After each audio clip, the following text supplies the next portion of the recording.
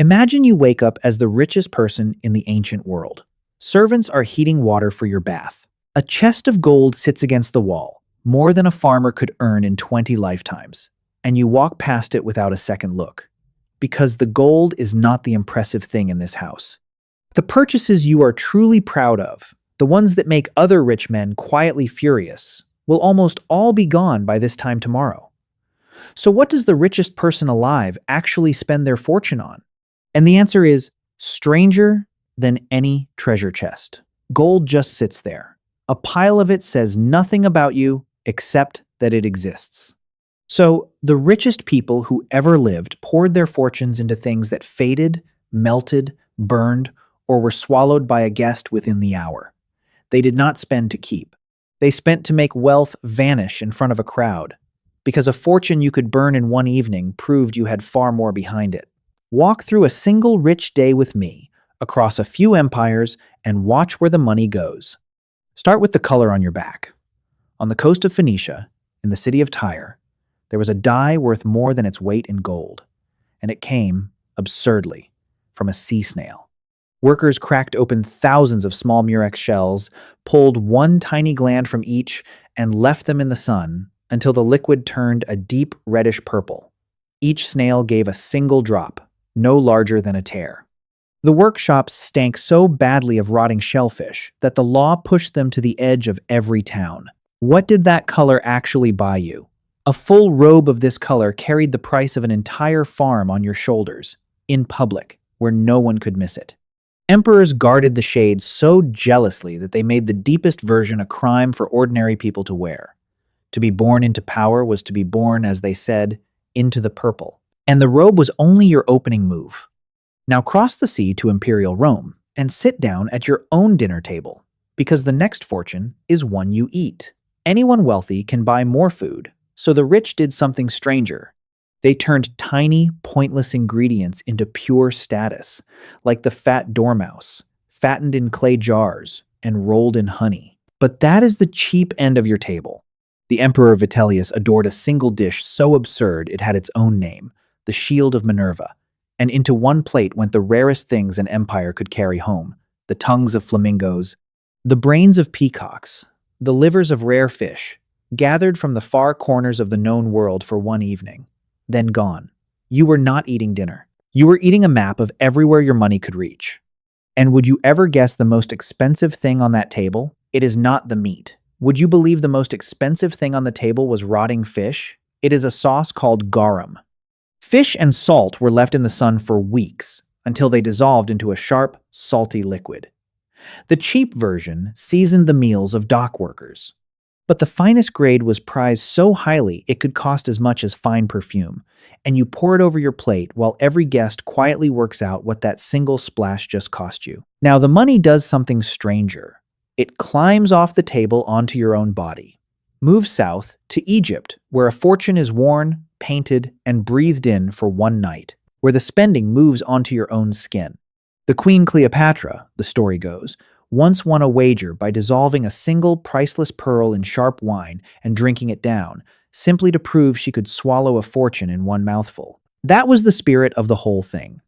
On feast nights, the wealthy lined their eyes with dark coal ground from rare minerals, and balanced cones of scented fat on their heads that melted through the evening, trickling perfume down their necks until an entire fortune had floated away into the warm air. On your skin, in your hair, the money was spent to be admired and smelled for one night, and then it was simply gone. What do you do with riches you cannot wear or eat or pour across your skin?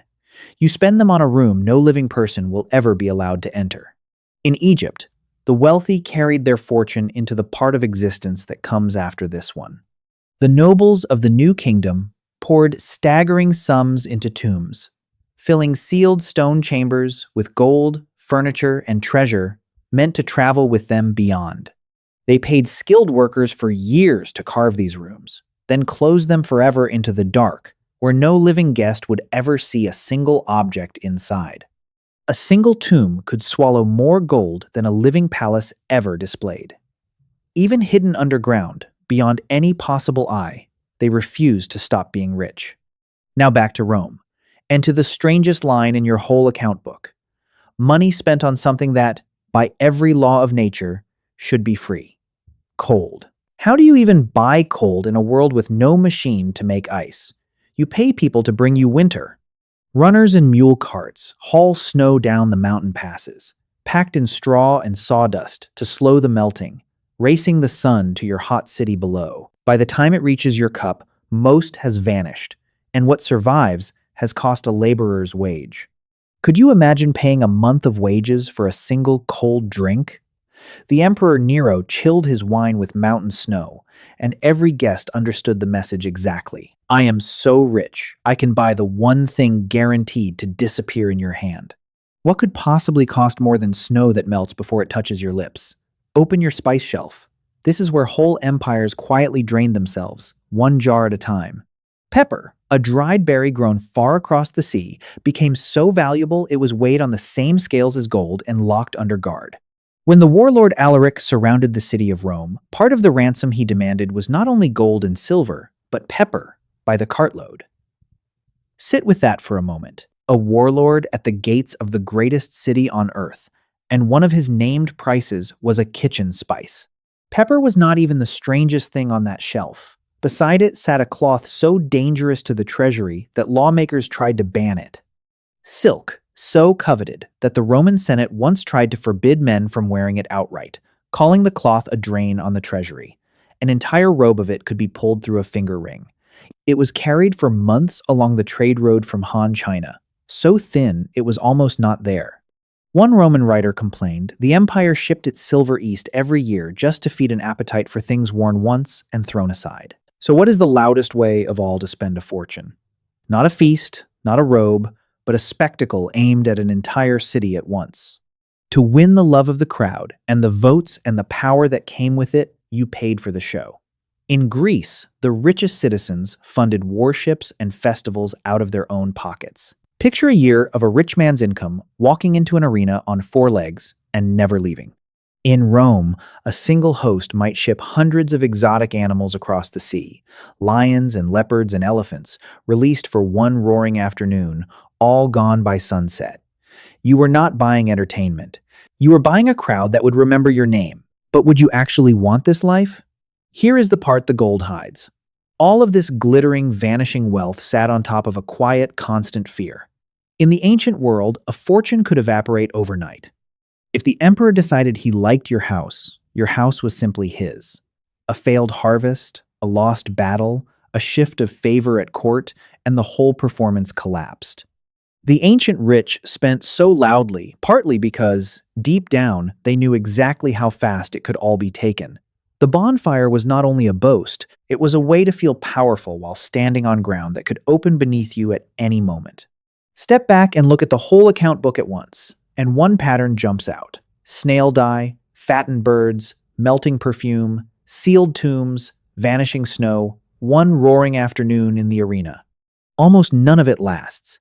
You were never buying objects at all. You were buying the act of spending itself, made visible. A vault of gold is just a quiet wall. What these fortunes built instead was a bonfire. And the whole point of a bonfire is that everyone gathers to watch it burn. Here is the part that should make you shift in your seat. You think this is ancient history. It is sitting in your home right now. The bottle of water flown from a distant spring while the tap runs clean. The plate at the famous restaurant, gone in 3 bites, talked about for weeks. Think you would have spent it differently? Strip away the centuries and the snail dye becomes the logo. The mountain snow, the rare label, the roaring arena, the firework. We tell ourselves we have outgrown the ancient rich. Mostly, we have just changed the brand of snail. Here is the one thing worth carrying out of all this. The ancient rich held more wealth than almost anyone who ever lived, and aimed nearly all of it at a single target, being seen. They filled tombs no living eye would ever open and burned whole fortunes into smoke by morning.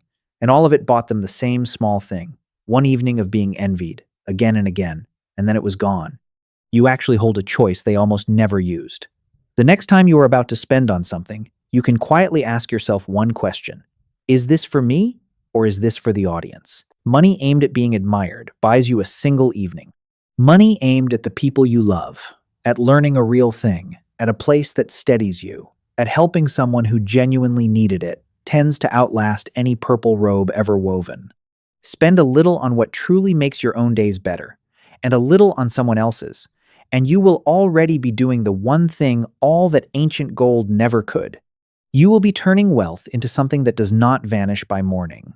So, when your own account book is finally read, what will it say you actually valued?